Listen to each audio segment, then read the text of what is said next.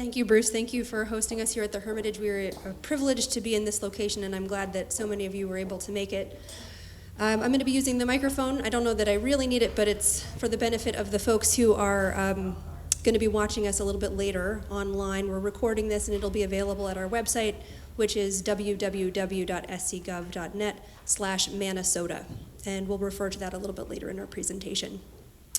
I'm Rachel Herman. I'm the manager of Sarasota County's Environmental Protection Division, and we'll be talking to you this evening about the Manasota Key Beach Restoration Project. For tonight's agenda, we'll be talking a little bit about the format of tonight's meeting, then we'll do a little bit of an overview and background of the project. We'll talk about beach nourishment and what it is and what to expect, the process of beach nourishment and the steps involved in order to accomplish it. We'll also talk about the project funding, which I understand will be of keen interest to most of the folks in this room. And then we'll take another look at our next steps and have an opportunity for questions and answers. Because we are recording this for posting on the website, what we're going to do with regard to questions, you will have seen as you signed in at the table here an opportunity to fill out question cards. We'll be collecting those and going through them at the end of the meeting and doing our best to answer those at the end. So if you would please hold your questions till the end, and we'll do our best to answer them tonight. And of course, if we can't get to them tonight, we'll be happy to discuss with you offline or by phone or an email later. Also, I don't know that everybody had a chance to fill out the sign-in sheet. Did everybody fill that out? We'll circulate it. If Curtis, can I get you to? I'm a little bit pinned down here. Okay, thank you. So the Manasota Key Beach Restoration Project really began about the summer of 2016. There were a couple of pretty severe storms along the coastline here, and there were some hot spots of acute erosion.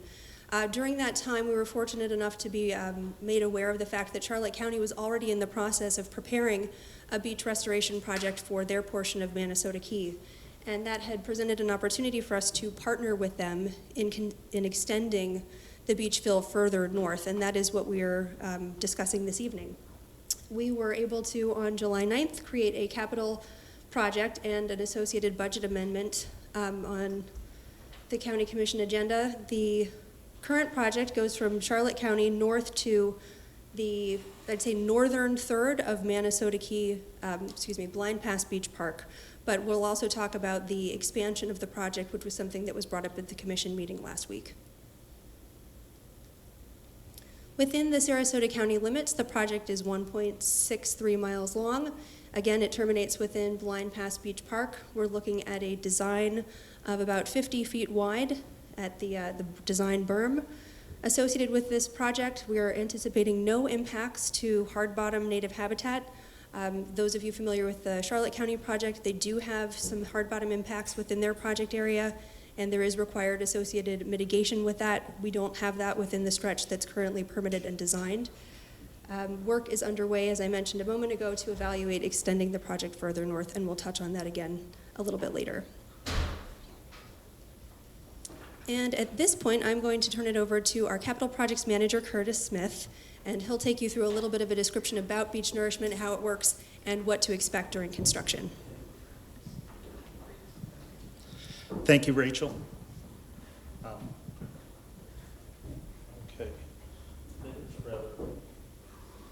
Okay, the cord's not going to give me room enough to dance, but you'll be thankful for that.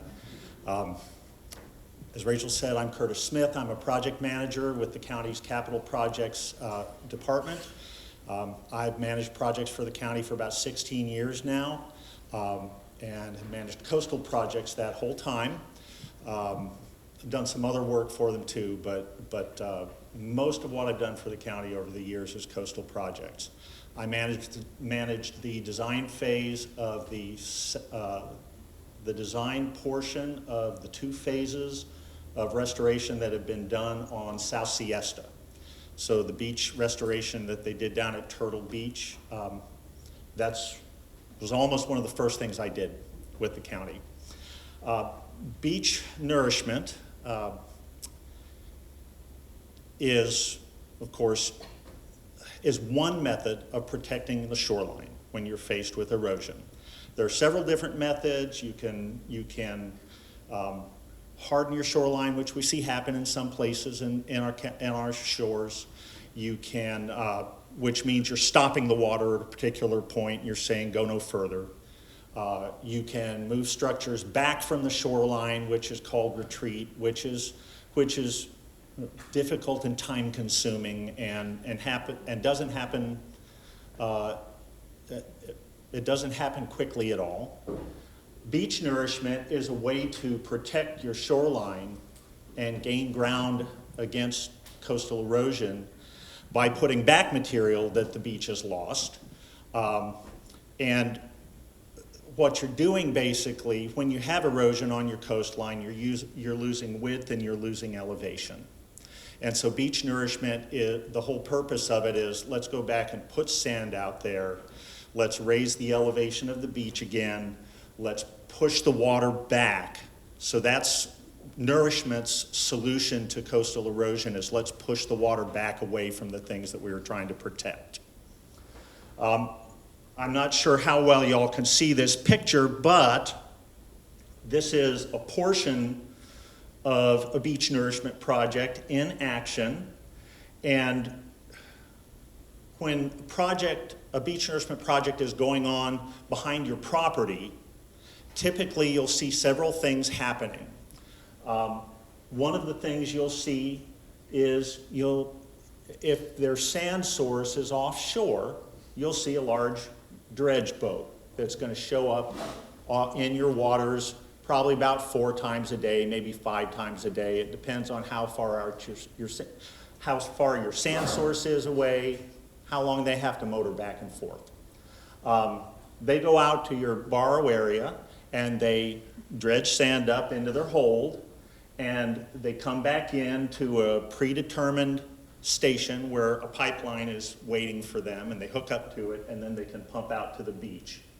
And that's where the pipe, for this project, you see the pipe has come right up here. It takes a bend, and then you have 1 or more bulldozers that will be out on the beach, and once the sand has been discharged by the dredge, then the bulldozers come out and they start grading it.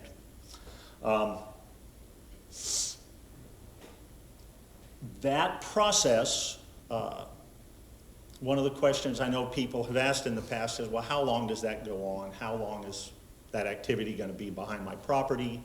That depends somewhat on how much sand is going to be put behind your property. Typically, this portion of the operation will move down the shoreline 100-200 feet a day.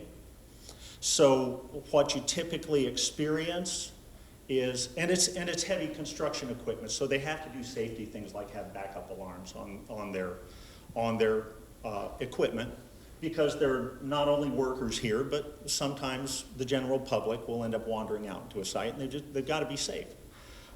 So you'll hear them off in the distance as they're starting to approach, and of course it's going to get louder as they get closer. They're going to be behind your property for a few days. They'll be directly behind you for a few days, and then it recedes on down the beach, and they're off down to your neighbors.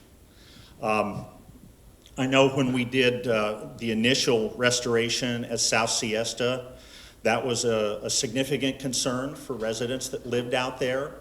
And fortunately, once the project got underway, it just wasn't something that they complained about. I think folks get it pretty quickly. This is moving along at a pretty good clip. One of the nice things about beach nourishment projects, because the construction window is so short, you have to build them outside of sea turtle nesting season. And because the dredges are fairly expensive to operate, the dredge companies have a vested interest in working as quickly as they can to get out of your neighborhood as quickly as they can. Projects like this, because of the daily cost of running the physical plant here, they will come into the community, they'll work 24/7. And that's the fastest way for them to get out and minimize disruption. These guys want to get to your project, build it, and they want to go down the shore to the next one. Usually on the last day that sand is done being placed, the boat You know, there's a phone call at some point on that last day, and then they're gone. Now, Rachel made a mistake of not telling me how long I have to speak, and I'm going to try not to disappoint her, you know, or cause trouble here. We've got lots more slides. Okay, so I think anything else, that's the basic process. So anything else, you know, that there are questions about, we can address it maybe during question and answer. So with that, Rachel, Do you want to advance to slide 1? do I want to advance it? Yes, I do. Yeah. Okay, is it the, If I may, Yes. we have the question cards up here. If anyone would like one, just raise your hand, I'll pass it out to you so you can jot your question down. Absolutely. Yes. Okay, I'm assuming it's the red magic wand button. No, it's the arrow that points to the right. All right. The other right. There you go. There we go. Awesome. Thank you. Okay. This is great. This is the kind of, I like this. What did I do? See, I'm a geologist. That's a much better slide than what I was going to talk about. Those are my kids. Okay. So I can't get too close to it, apparently. I'm a geologist, so really my preferred level of technology is a rock hammer. So that's why that little thing will go over there for now. And I like to talk about sand, because I'm a geologist. And I'm sure you're thinking my poor wife, and it is true. But I know what it means when I'm talking about my work and she says, honey. I know it's time to move on. So I don't think anybody's going to say that to me here. Well, anyway, this is obviously this is a slice through a typical beach, all right? And what you're looking at here is you're looking at a natural shoreline, and understand, of course, that this is compressed so that this slope is really much more gradual in real life. But all right, and so you have the mean high water line here. This is your pre-nourished profile, your natural beach, and it's eroded. It's eroded, your dune is here. Typically, you'd like to see a much broader, open, flat, sandy beach. That's where you get your shore protection from the elevation of that flat portion and from how wide it is, because this is the part of the beach that's absorbing wave energy. And you want the waves to spend themselves on that sand before they get up here to your dune or to your house or your road or whatever. I was going to talk a little bit about the changes of the shoreline pre and post construction. It was going to be a little bit more of the sort of bureaucratic aspects of beach nourishment, including the erosion control line. Some of you may have heard about the establishment of the erosion control line, especially if you've been tuned into the Charlotte County project. The present day mean high water line, which is about where the wet sandy beach is located, becomes eventually the erosion control line. And then seaward of the erosion control line is public property. That is now state land, functionally, with the placement of the beach in that location. So that is something to be aware of as far as the project is concerned. The erosion control line is a required component of the permitting process and is led by the staff consultant that we're partnering with in Charlotte County, and that process is also supported by the Florida Department of Environmental Protection. So look for that process to occur about October of this year. And there's a really cool graphic that you'll see in the presentation when I email it to you later. Yes? Ooh, I don't know. It might just be... Yeah, it is. And I want to be respectful of folks' time because this is the evening hour, and we took our time to be here together, so we'll get the graphics out a little bit later. So as far as your role in beach nourishment as a property owner, also is a component of the project, the temporary construction easement. Curtis didn't start speaking about that, but that is the portion of the project that actually occurs on your private property. That allows the contractor and that heavy equipment to come up onto your property and slope it so that it'll meet the natural grade of the shoreline of your parcel. And so we're hoping to begin distributing those for this project at the end of this month. So look for those in the mail. We mail those. Do we do that certified, Curtis? Do you know? Yes. We do those by certified mail, so folks who are not in the area will make several attempts to deliver those easements, and it's good for folks to continue to pay attention to the website, and we'll certainly update that once those easements have been distributed for folks to keep an eye out for those in the mail. And then the next thing you'd want to be aware of as a property owner is the contribution to the Municipal Services Benefit Unit, which is partial funding of the project that is provided by the property owners that receive benefit from the property being constructed the project being constructed on their property.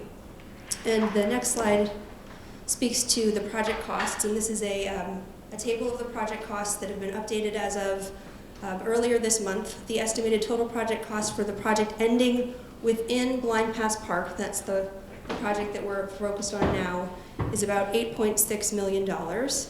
And we have two different funding strategies.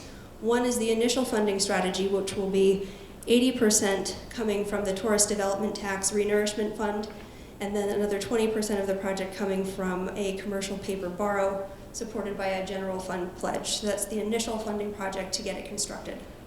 And then after the fact, we will be looking at seeking reimbursement from the state of Florida. We're hopeful that we'll get a reimbursement grant around 35% of the total project cost, and then also 20%, which is approximate, for the Municipal Services Benefit Unit. And the Municipal Services Benefit Unit, the charges associated with that need to be attributable to the benefit that is received by the property owner with the project in place. So the board would authorize development of the methodology to pursue the Municipal Services Benefit Unit. That happened on July 9th. We are now in the process of developing that methodology. We're hoping that we'll have that in the next 60 days, soon. And of course, we'll be able to put that report on our website, and you'll be able to review it and see it there. Then the board, the county commission, would be able to review and evaluate the methodology results. That would be happening in autumn of 2019. And then in order to officially adopt the Municipal Services Benefit Unit, they need to amend the county code. And there is a public hearing process. You will all be receiving notices to the public hearing process and have an opportunity to review the materials and speak to the county commission about how that would affect your property.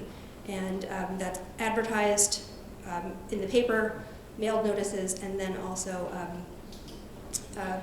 on the website, of course, we'll have information about that process. And then the levy of assessments would actually come on your 2020 tax bill for the project. Do you have an estimate of what that might be? I'm gonna show you on the next slide, Siesta Keys example. We don't have an estimate for this project at this point because we haven't done that methodology, which is actually gonna be the most interesting next piece as far as what the Municipal Services Benefit Unit will look like. And that would allow us then to extrapolate what a range of costs would be. So anything that we would share with you tonight would be such a wide range, I'm not sure it would be very helpful for you. But I can tell you for the South Siesta Key project, as an example, it was a $21.5 million project, and 17% of the project costs were attributed to that Municipal Services Benefit Unit. The base charge per beach restoration unit was $650, and then there was another charge for linear feet of shoreline. So if you had a wider length of shoreline, you paid a higher rate. So for a property that was about 100 feet wide, the total assessment each year is $5,900, and that's for a period of 7 years.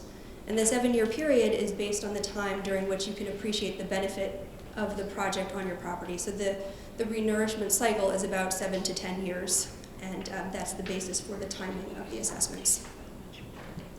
And within that district, there are 470 members, including a number of condominium owners, and the individual unit owners also contributed to the MSBU in that case. Regarding the possible northern extension, the Charlotte County and now Sarasota County coastal engineering consultant is doing a model run to determine if the permitted fill that's going to terminate in Blind Pass Park can be extended without impacting hard bottom native habitat, which would increase obviously the cost of the project and require mitigation. CEC, that coastal engineering consultant, will describe those results and prepare that in order for the county commission to discuss that in September.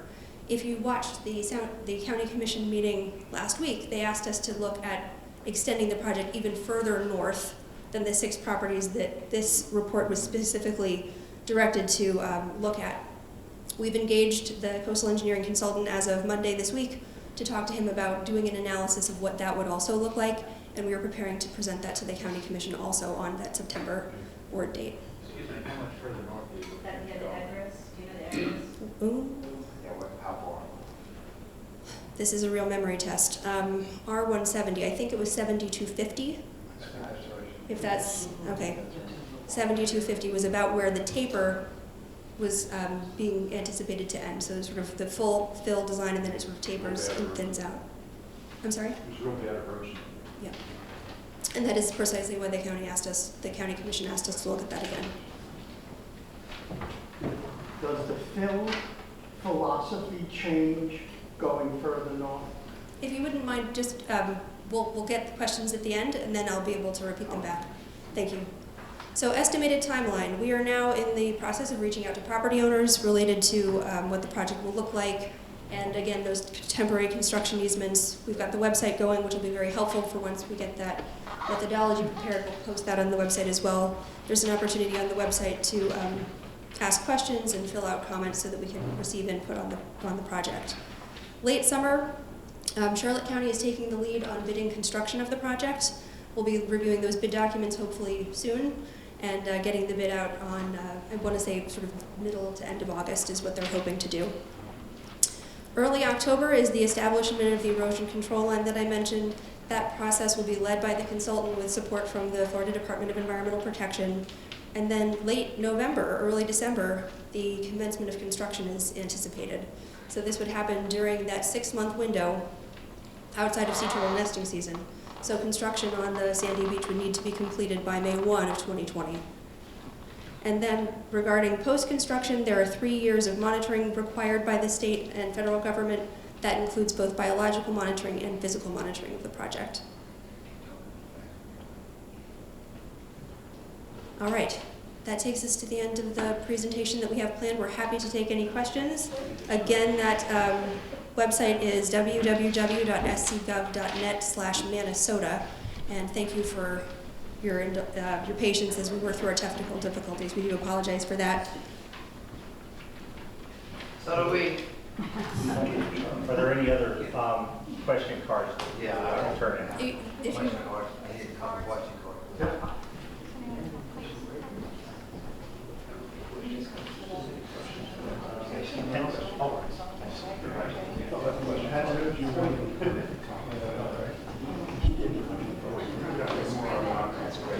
okay, I'm going to start answering some questions, the ones that I can try to field, and then may engage Curtis to answer a couple more of them.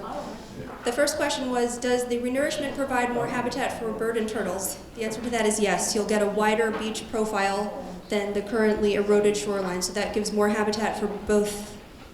Repeat the question. Does the nourishment provide more habitat for turtles and birds? And the answer to that question is yes. That creates a wider beach for both shorebird foraging and nesting and breeding. Same thing with sea turtle nesting, you have a wider beach. Also required associated with the project is beach tilling. This happens every year before sea turtle nesting season, and it fluffs up the sand. The nourished sand tends to be a little bit more compacted than the native sand. So every year before sea turtle nesting season, we do this on South Siesta, we'll be required to do it here. The sand is raked and fluffed up to allow sea turtles more easily to nest in the placed sand. The follow-up question was, will Sarasota get artificial reefs like Charlotte County gets? Only in the case that we would have impacts to hard bottom habitat. The artificial reef is mitigation for that impact. At the moment, the permitted project within Sarasota County does not have hard bottom impact associated with it. The likelihood that there would be hard bottom impact does increase as the project would extend north. That would be something that the board would have to consider in September as a part of extending the project. Does the fill philosophy change further north? And I think I'm going to try to answer this question the best I understand it, but please interject if I'm not answering it how you intended it. The idea would be, and this is what the engineer has looked at, is to extend it with the same profile going further north. Depending on, again, what that impact would look like to hard bottom habitat or the performance of the project in that near shore area, it may be a narrower width.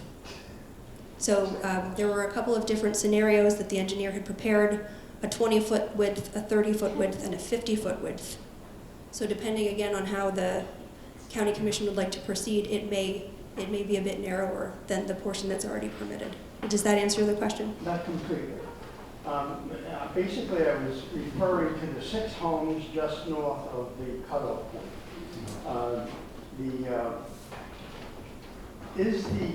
Is there a specific way of, or a different way of introducing the sand to that area? The And is that being, and can you tell me what's being considered and what the methods are? The goal of the analysis that's underway now is to continue the pumped sand with the offshore borrow sand with the same design profile to those 6 homes. That's the goal. Okay, that's what I Do they know the sand source? Yes, the sand source has been permitted, excuse me, let me repeat the question. The question was, do we know the sand source yet? The answer to that question is yes. As we've gone through the permitting process, that offshore source has been identified and that location is permitted by the state in that process, and it has been set. So it's right offshore from where they're going to put the sand. Yes, it is offshore from where they're going to put the sand. Okay, so here's a question about public access. It asks, is there public access only by already existing access points? Yes, there will be no shore perpendicular access created as a result of the project. So wherever there's shore perpendicular access now, Blind Pass Beach Park, that's where the public would ingress and egress north and south where the sand is placed. So no perpendicular access. It's just along the project, those construction easements allow the access to place the sand there. Well, the construction easement. Yes. No, they don't. You're right. That's Right. So there's no public access obtained during the construction. The erosion control line will establish the public area of the dry sandy beach. Okay. The erosion control line will establish the public area of the dry sandy beach. right. So that's north and south. That's not shore perpendicular. So if you put 50 feet of sand Got it. west of the erosion control line, that 50 feet of sand is public beach. Yes, if the sand placed seaward of the mean high water line today becomes public property. So I hear what you're saying. The comment about taking public property, that has been argued all the way to the Supreme Court of the United States, and they've sided with the governments that perform beach nourishment, and Curtis. they don't agree with that argument. Curtis. I'm not. Oh, yes. Okay. So I'm not a legal professional, I'm a geologist and a project manager, so this is what we work with as we go to the state and seek permission to do a beach nourishment project. The state's position is, and again, I'm saying this is only from my dealings with state permitting agencies, okay? This is not a legal opinion. But the state's position, as it's been explained to me, is they go all the way back to the articles of I don't remember what they're called exactly, but the articles that made Florida a state in 1845. And those articles at that time stated that land that was seaward of the mean high water line was public land. So that's the state's default position, is that if it's below mean high water, it belongs to the people of the state of Florida. So when a community goes to the state and says, gee, we got a really badly eroding shoreline and we would like to put new sand out there to help protect our homes and roads and stuff, the state will take a look at your project and they may come back to you, hopefully, and say, well, yes, we agree to allow you to put sand on sovereign submerged state lands, but we're not going to cede ownership of that land. The public is going to continue to own that land. So part of what the process is the state will tell the local community, You pick a day and you send your surveyor out there to survey the mean high water line within the project area.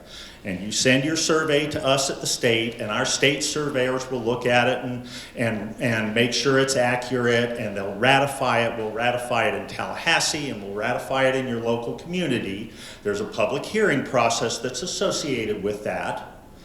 And the end result for a permitted project that gets built is that there will be, instead of the line of demarking public and private ownership being something that varies back and forth over time as sea level rises and falls or the shoreline changes, there will then be a line that has been agreed on by the two branches of government saying this is where the line will be from now on within this project area. So that's how the state deals with this thing of, well, it's public property and we don't want to give that away. It is an emotional issue for people. I totally get it. It's what we have to, one of the things we have to navigate in a beach nourishment project. Can I interject right here? When is the survey going to take place, and when does it take place? Is it convenient for the survey to say the water line is always moving? So let's say if the county comes out at the worst possible time and says, okay, we're going to take the property line, we're going to survey today, which is like on my piece of property, I'm not in favor of renourishment, but because I got 50 feet in front of my property, but sometimes I have nothing in front of my property. So my question is, it come out at mean hard water, the worst case scenario for me, and the best case scenario for the state, and survey that stake out and say, I'm taking your property. I hear what you're saying, and that's not how it works. Repeat it, Okay, if you can, paraphrase. pardon me? Paraphrase? Paraphrase. Oh, I'm sorry. So the question is, how does the state time the mean high water line survey? Do they pick a time when the water elevation is in the state's best interest and in the homeowner's least best interest? Well, what they're actually doing is they're not coming out and finding where the water happens to be on a given day. There's what's called a tidal epoch, and the mean high water line is set over a period of 18 years. So like every 18 years, the state surveying people will go redo this survey and refigure where the mean high water line is. So the surveyor that works for Charlotte County's engineer as the design firm for the project will come out and survey the location of where that mean high water line is set according to the current tidal epoch, not according to where the water is washing on that particular day. They're looking for an elevation that's already known and agreed to, not for where the water happens to be on any given day. I had heard, and I don't know if this is true, that the mean high water line was measured from the Naples Pier to the Venice Pier over 19 years. They got that average, but I don't know if that's true. I don't know what the lateral limits are, but yes, the tidal epoch is about 18 years. But basically, people can go Yes. walk, by, out on the beach, but not like come close to your home. Is basically Right. what they're trying to do. The state law is that what is seaward of the mean high water line is publicly owned. Yeah, they don't own your property close to your house. That's correct. Yeah. And it's not the intention of this project to change that situation. The erosion control line, because this is a state requirement in order to get permission to do a sand fill erosion protection project, the state will say, okay, we want to set that line in perpetuity now, because we're going to push the water away and it's not going to be subject anymore to the gradual fluctuations of the Gulf of Mexico. We've got another Yes. question to that. So does the easement, so time frame for the lasting effect of the nourishment, we talked a little bit about a 7-year, I think this project is designed for an 8-year nourishment cycle, so that would be the duration during which the sand would continue to be on the shoreline. Of course, that's subject to change based on storm seasons Right. or It's other. the engineer's best guess based on their modeling and their professional experience. And Nature's going to do what nature wants to do.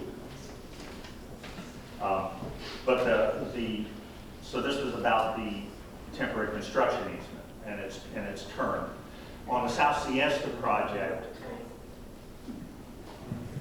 Thank you.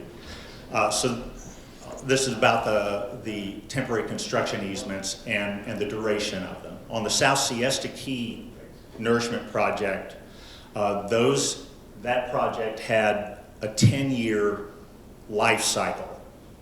That's what was estimated by the engineers. So we asked for 10-year temporary construction easements, and what that covers, I'm sorry, I'm about to go, well, okay. I've got this cord sitting right there, and I keep thinking about that. If you think about that really nice slide that we almost had there that showed the cut through the beach, the shoreline, of course, is nice and gradually sloping off into the Gulf. And once the erosion control line is set, there's a line comes down through space and cuts through sand. Not physically, but it's there. So everything that's landward of that line is the upland property owner's property. Now, that usually doesn't coincide with where a dune is or the end of the flat berm of the beach. It usually is out on the slope. And Charlotte County would have permission to build, once all the permits are in and the project's a go, they would have permission to build the beach nourishment on public land. But that doesn't always work out real well then for the upland property owners because they would need to make sure that the sand stands off of the erosion control line far enough that it's not going to slough off over onto private property, because the local government wouldn't have permission to put sand on the private property. So the way we deal with that is we ask for the upland property owners to sign a temporary construction easement that allows us to come in, build the beach up toward closer and closer toward where that erosion control line is, closer to your houses and backyards. And then there comes a point where there's kind of a triangle in the air that is above the land that the upland property owner owns, but it's on the wrong side of the ECL, the erosion control line.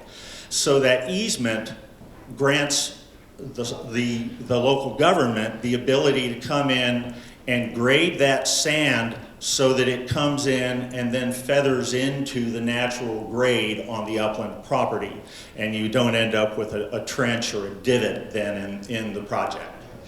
Can I ask you a question? So, would you fill it out on the card? That would help us. Sure. Related to that, we have a question about what happens to the beach access stairs. Will they get buried by the sand?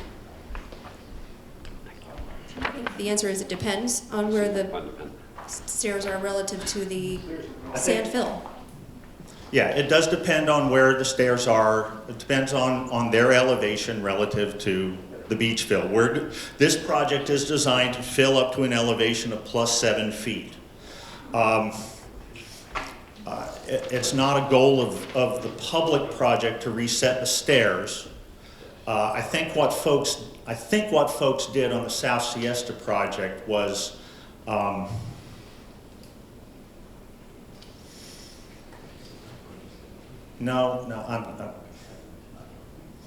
was going to say I thought that maybe they talked with the dredge contractor themselves, but the dredge contractor is really not in the stair setting process business. So what I can tell you is that it's not within the project design to reset beach access stairs. Okay, we're going to transition into some questions about hard bottom. Okay. This might be you, this might be me. So the question is, please define hard bottom. Hard bottom is exposed limestone that's in the near shore area that's colonized by lots of things. I was going to say something kind of technical, but it's the soft corals, hard corals, fish. It's not like the Keys, the Florida Keys, but it is the reef of this part of Florida. Should I add anything to that? Would you like to add anything? Or is that pretty much it? I'm just gonna get into really Okay, nerdy all right. geology stuff. Let's not do that, You but did very well. But it's the nearshore reef that becomes exposed over time and is naturally exposed or covered by sand. And in this period of erosion, these reefs are exposed, and that's why they're now prominent and above the sand seabed. And that's why you see them, and they're required to be protected by the state of Florida. There was another question about hard bottom. It was, do we have an approximate idea of where the hard bottom starts north of Middle Beach? Yes, we can put also on the website all of the reports that have been done that mapped all of the hard bottom, both for Charlotte County and Sarasota County, and you can see exactly where it is. And then you'd have a pretty good idea of where and how close it is to the shoreline. We'd be happy to share that. It's been mapped by the coastal engineering consultant. The follow-up question to that was, how did Boca Grande get permission to nourish during sea turtle season? I believe that's something that certain parts of the state are allowed to do based on their lower amount of sea turtle nesting density. And Manasota Key is very fortunate in that there's very high nesting density in this area. Same thing for South Siesta Key. So we are not thinking about doing any nourishment during sea turtle nesting season because of that reason. Now, there's another part of that. There's another part to that.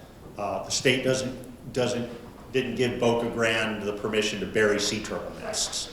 So they have to agree to keep a daily watch during construction for any new nests, and then they have to subcontract with an appropriate entity that has the permits to handle sea turtles, and they will go relocate the nest.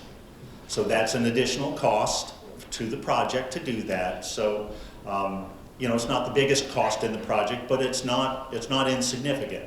So communities that have that option have to weigh that with the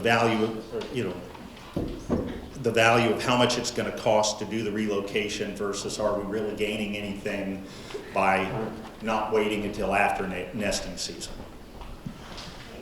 Next question was describing the biological impacts of beach nourishment. What are the biological impacts of placing sand from offshore onto the beach? And there's a lot of academic literature about this. I can tell you that over the length of time that the sand is placed, the biological conditions improve year after year. That first year where it is placed for the first time, that's the time when there's that greatest impact of sand having covered over the native sand. But with each successive year of that sand in the nearshore system and each year of beach tilling, the quality of the sand and the conditions for nesting of sea turtles and shorebirds and those other organisms that inhabit the nearshore area does improve. Is anything to add to that, or? That was my question. I'm trying to understand the relationship to that of when you're going to go and put more sand on the beach. In other words, if it takes 7 years for that environment to recover, at which point you're going to need to put more sand on the beach because this isn't a permanent solution, then you're effectively killing the beach. Right.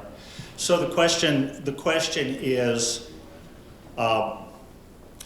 what's the impact on the habitat value of the beach if it takes the beach an entire nourishment cycle to recover? And is that in fact killing the beach? And the good news is that the beach recovers much faster than the nourishment cycle. I can speak on the South Siesta Key project. We had beach vegetation recruiting from the existing beach within the first summer. The railroad vine, we didn't plant any railroad vine in that project, and before the summer, that first summer was over, there was railroad vine 80, 100 feet out across the beach because it was just waiting for some dry sandy beach to go to town. And then of course seeds are getting blown in by the air and everything, and on that project we did plant additional native beach vegetation to help jumpstart things. But the vegetation will start to recover in that first summer. It's just waiting for dry sand to grow on. Of course, there's an impact to things that live under the sand in the near shore. There have actually been studies about that. I know there was a study that was done it was probably a decade ago now, on sand fleas, which are mole crabs, and they studied a beach and determined, well, yes, as soon as we put the sand on the beach, all the mole crabs were gone. You know, we knew we had this many before the project went out because we went out and sampled it, and then they were all gone. But a year after the project was built, the mole crab population was almost back to the same density it was before the beach had been restored. So there is, especially in organisms that move around, there's a lot of resilience. And they will look to colonize the new habitat pretty rapidly. And also on the South Siesta project, I think it's a different situation than here, but on the South Siesta project, there were a couple condominium developments and some homes that had about 1,500 feet of seawall and rock revetment in a long contiguous stretch. And one of the things that we were really proud of about that project was that stretch of shoreline, there was 1,500 feet that wasn't available for sea turtle nesting. There was no dry sand seaward of the armoring, and we were able to do sand fill across that, and it was now accessible to sea turtles to nest. So there are details about it, and every project differs, of course, depending on its physical characteristics. But the good news is nature recovers pretty darn fast. And from will this. there be any kind of ongoing monitoring of Yes. the life of the beach after What was this the question? fill is? Oh, and will there be any ongoing monitoring over the life of the beach? Part of the permit requirements from the state are that we have an engineering firm go out at intervals and take a look at a couple of things. One is ecological performance, and in particular for this project down in the Charlotte County side, because they have hard bottom impacts, they will have about 3 years of annual monitoring they're required to do to monitor whether or not sand from the beach project is starting to fill in over the hard bottom. And that all gets sent to the state, and if they don't like the results, then they come back to the community and say, okay, we think you need to do something here to mitigate this. So that's one of the things that would be in the offing as we consider moving the project further and further north and getting closer and closer to our nearshore hard bottom. That's a consideration that will come into play because the state doesn't say, yeah, just go put sand out there and don't worry about it. They want to know what's happening to the resources that they're concerned with protecting. And they will make the project sponsor monitor over time. We'll also monitor the performance of the beach from an engineering standpoint. So first 3 years you have to go out and survey the beach again annually. And then after that you have to go out every other year and resurvey the beach. How wide is it?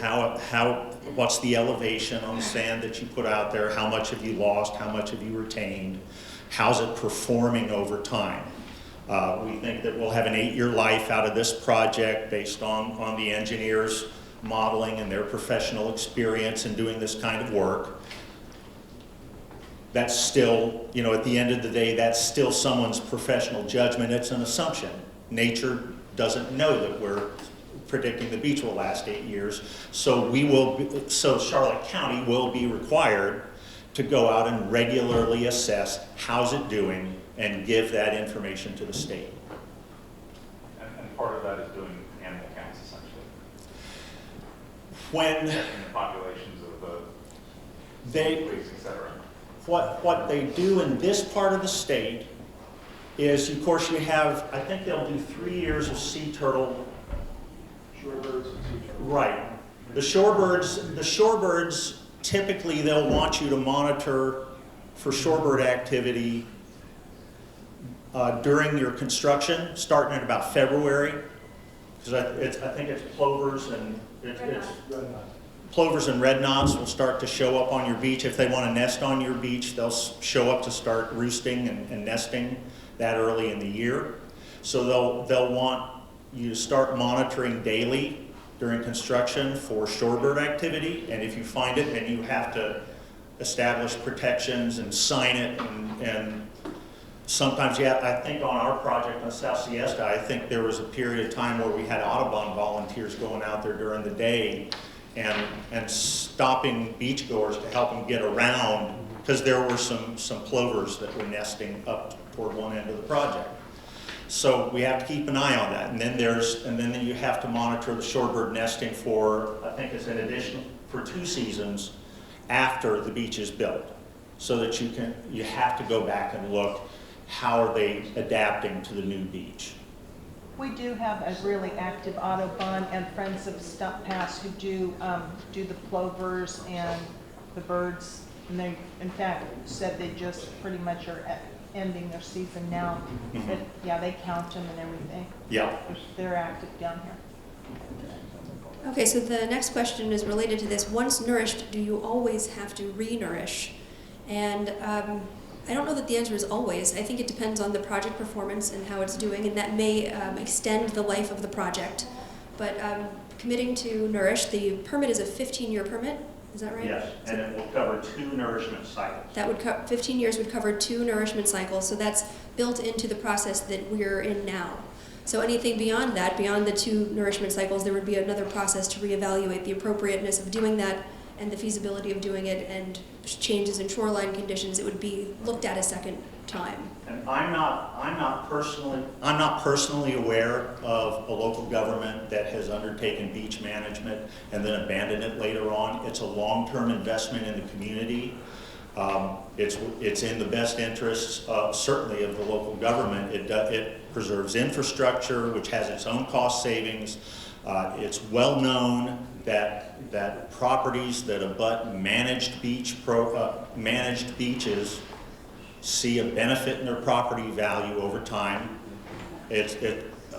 Especially when you think of shorelines that are critically eroded, and then they go to having a managed beach. That's an extra level of assurance that there's a commitment to keep that property protected.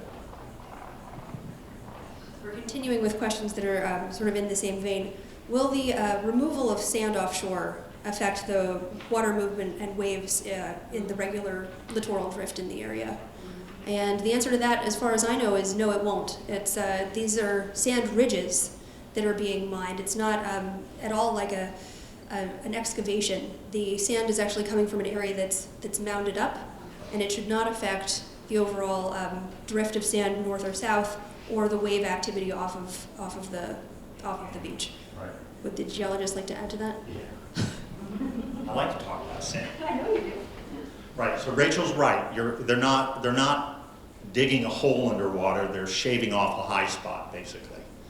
And the borrow areas are typically in water that's 35, 45, 55 feet deep.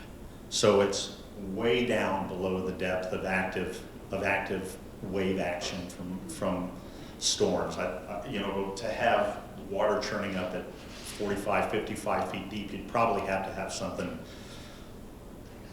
Hurricane Katrina or Hurricane Katrina plus. So it's far enough out and it's deep enough that it isn't impacting the way waves and currents work with the shoreline. Next questions are about shoreline conditions and the opportunity for folks to do some protection of their shorelines in the near term. The first question is about the existing sand tubes that are either ripped open or damaged, and will they be removed prior to the placement of the new sand? Same thing with the sand trap bags in front of the properties. Will they be removed and not just covered over? The removal of those structures would be at the discretion of the property owner. It wouldn't be a part of the project that those structures would be removed. So if you're thinking that you would want them removed and not covered over, if those are on your property, it would be better to do that before the sand is placed over them. So that would be at the discretion of the property owner. The next question was about the opportunity to place sand along the shoreline at an individual property to protect a home. And yes, there is a process by which that is allowed. Up to 100 cubic yards is an exempt activity on Sarasota County beaches. You do need to get a field permit from the state Florida Department of Environmental Protection to make sure that the sand is the right color and grain size. If you'd like to go above and beyond 100 cubic yards, which is a decent amount of sand, a earth moving permit is required, and that same permit from the Florida Department of Environmental Protection is also required. So there is an opportunity for an individual property owner to place sand on their property. It's beneficial also to plant it with sea oats or other pioneering vegetation that certainly does help to stabilize. If that's not enough, displacing sand, there are other temporary and permanent measures that can be explored by property owners. And we can Can I add to that comment? I'm sorry? Can I add to that comment? Yes. Okay. Our next door neighbor, his house is undermined by about 35 feet over on Laurel Oak Drive. Our house, we've lost about 50 feet of bluff. The corner of our house is about 8 feet from falling over into the ocean. Sarasota County government, Florida state government is not allowing us to do anything to protect our house except for sandbags. We can get a trap bag system. The process is an absolute nightmare.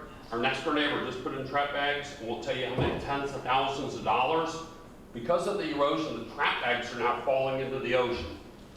With 100 cubic yards of sand, a couple years ago when this erosion process started, we fought the government, both Sarasota and the state of Florida. They had given us the authority to put down 600 cubic yards of sand. I won't tell you whether or not we went above that, because sometimes you have to protect your property. 600 cubic yards of sand gave us about a 1-foot strip from the bottom of the beach to the top of our bluff along our whole property line. 2 weeks later, a little tropical storm came by and took out 2/3 of it. Since then, we've lost another 15 feet of bluff. There's nothing being done to protect the bluffs. The house is going to fall into the ocean if we don't protect the bluffs, and that's why I wrote a question in regards to how do we protect the bluff which protects our house. Okay, so Thank you. there was a lot there. I'm not going to be able to repeat that, obviously, but the question was about how to protect your bluff. And certainly I'd be happy to speak with you after the meeting, and we can talk more about that. But the beach nourishment certainly will, and this is in the area, your property is located in the area that we're discussing here, so that will certainly get you that, that benefit that we talked about, certainly that Curtis described as far as both the storm protection and the recreational benefit. So hopefully that will happen before those impacts that you're concerned about do occur. Thank you. Right. Yeah, it's important to think of our neighbors. Even if your home's not falling in, you know, you could be next. So I think it's very important for the whole community to together take care of each other. And that actually is a good segue into the next question. It was related to the limits of the beach nourishment project and how the limits were determined. There is some limitation, I believe, on how far north you can go based on connection to Charlotte County. Certainly it could keep going. A couple of years ago, you may have been a recipient of a survey that asked for your support or not of a possibility of a beach nourishment on Manasota Key. That did help inform where the northern limits would be, and that's based on that developed into the project that we sought to partner with Charlotte County on. So it was that support of the neighbors in the area where apparently the erosion is the most acute that determined where the project would be limited. And then also the results of the engineering studies that discussed the possibility of the impacts to hard bottom, the associated mitigation costs, and then the overall project costs have helped determine where the project limits are at this point.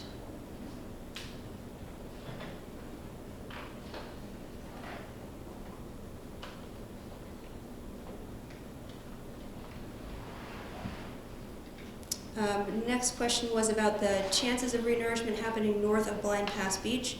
I believe that the 6th property extension is more likely than, the 6th property extension is definitely being looked at very heavily by the County Commission. That's what they'll be discussing in September. And then beyond that, they'll also discuss that along with the costs and the mitigation associated with doing that. North of the Blind Pass Park and the north of those 6 properties, there's much more hard bottom habitat located near shore, and I believe that may be a determining factor in proceeding further north. But that discussion is yet to be had with the County Commission, And certainly I would encourage you to continue to engage the County Commission on your interest in being included in the project. That's actually what got the County Commission to reevaluate the project further north of the 6 properties last Tuesday. So we thank you for your continued participation in that public process. And that is the last card I have, unless I missed one. Is there any other cards in the audience? I don't see any hands. I just have a quick question.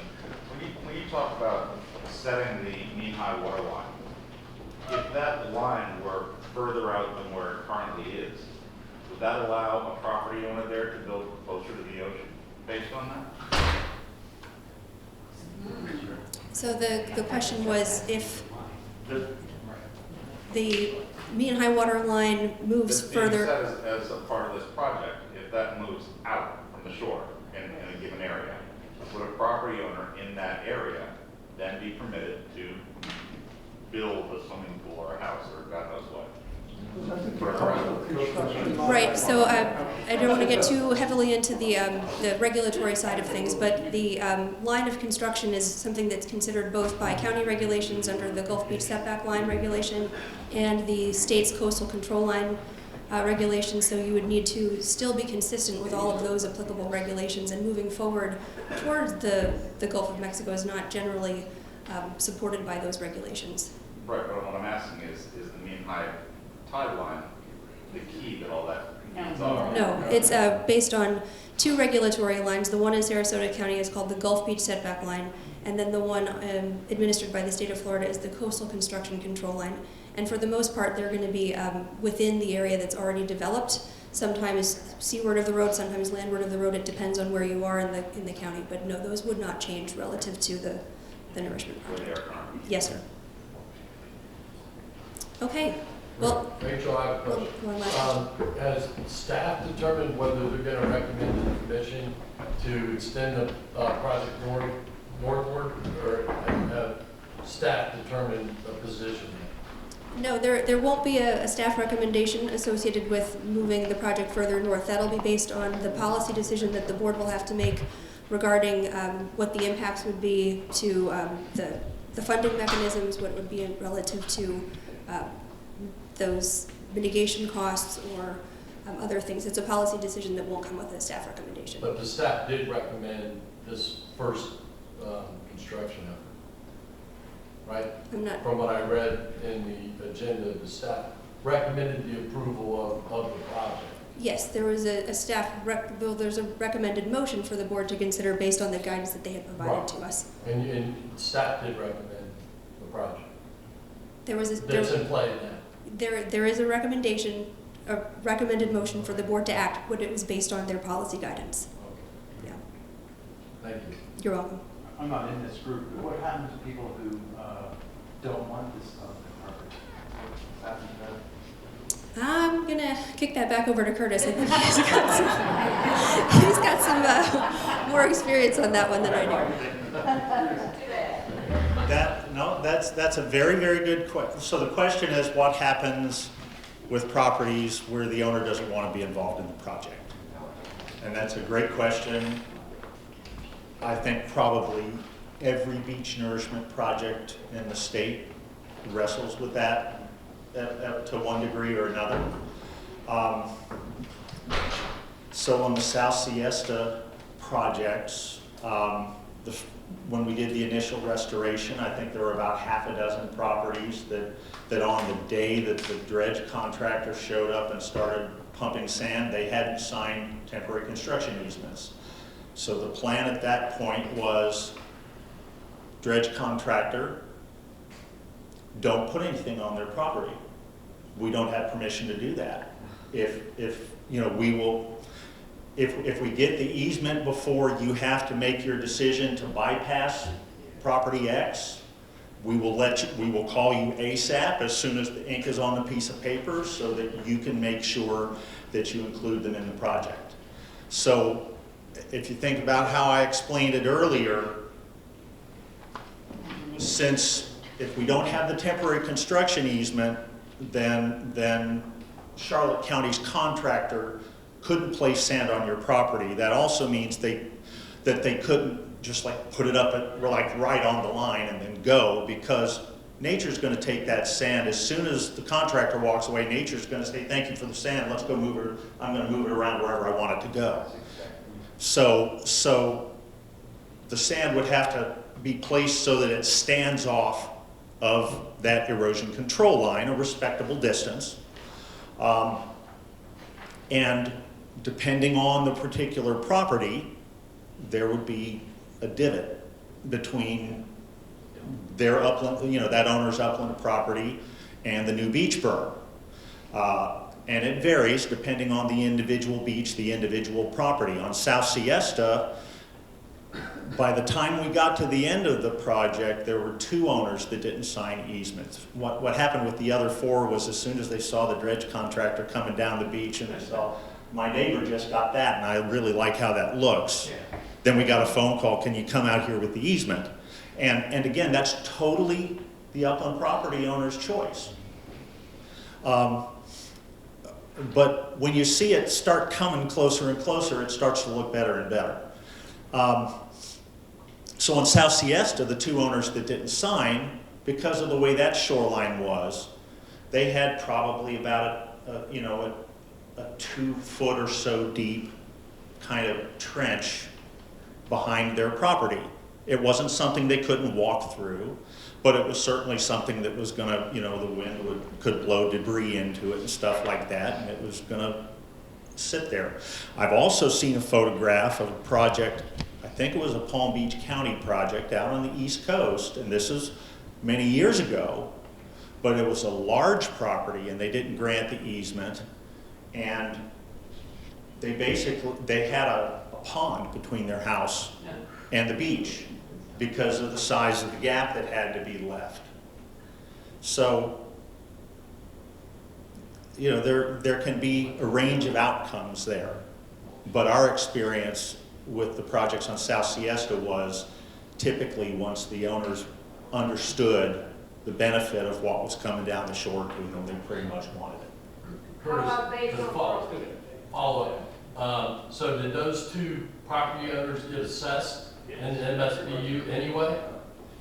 They received storm protection from the project that was built. So they were assessed? Yes. Okay.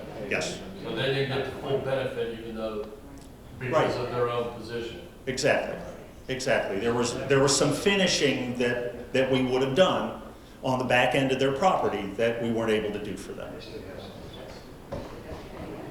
And that's an important point because in the situation where a beach nourishment project is being partially funded by a municipal services benefit unit, what is being assessed is not the amount of sand you get per se, it's the fact that a certain level of storm protection is being provided across from your property. And so that's the basis. We will have a property appraiser do a historic study, and they'll look for recent beach projects and do before and after looks at how property values changed before and after nearby beach projects, and that'll help determine a recent idea of, well, this is the level of benefit that we see that accrues to the properties when a beach gets nourished behind them. One of the things that the county will have to do with an MSBU is we have to look at that benefit and make sure that whatever the assessment rate is, that it's not greater than the expected benefit that will come to the property. So in the case of when Rachel was talking about the MSBU for South Siesta, and they contributed about 17% of the cost of the project, when we first started going through the numbers, because you go through several iterations of it before you get to, well, this is what is really, this is what's really supportable. You have to refine it a few times. We were looking at them contributing, I think it was 20 or 22% of the cost. And by the time we looked at what the property appraiser study showed us about the benefit, it was clear that assessing that district for 20% of the project costs, that would be in excess of what the demonstrated benefit could be expected to be to the property, so we scaled it back. This district would go through the same type of process. The county isn't legally allowed to overcharge the benefit.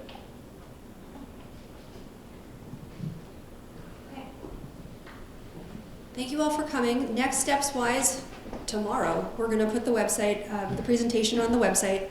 There you can also submit comments or questions. There's a very convenient form located on the website. Again, that address is www.scgov.net/Manasota.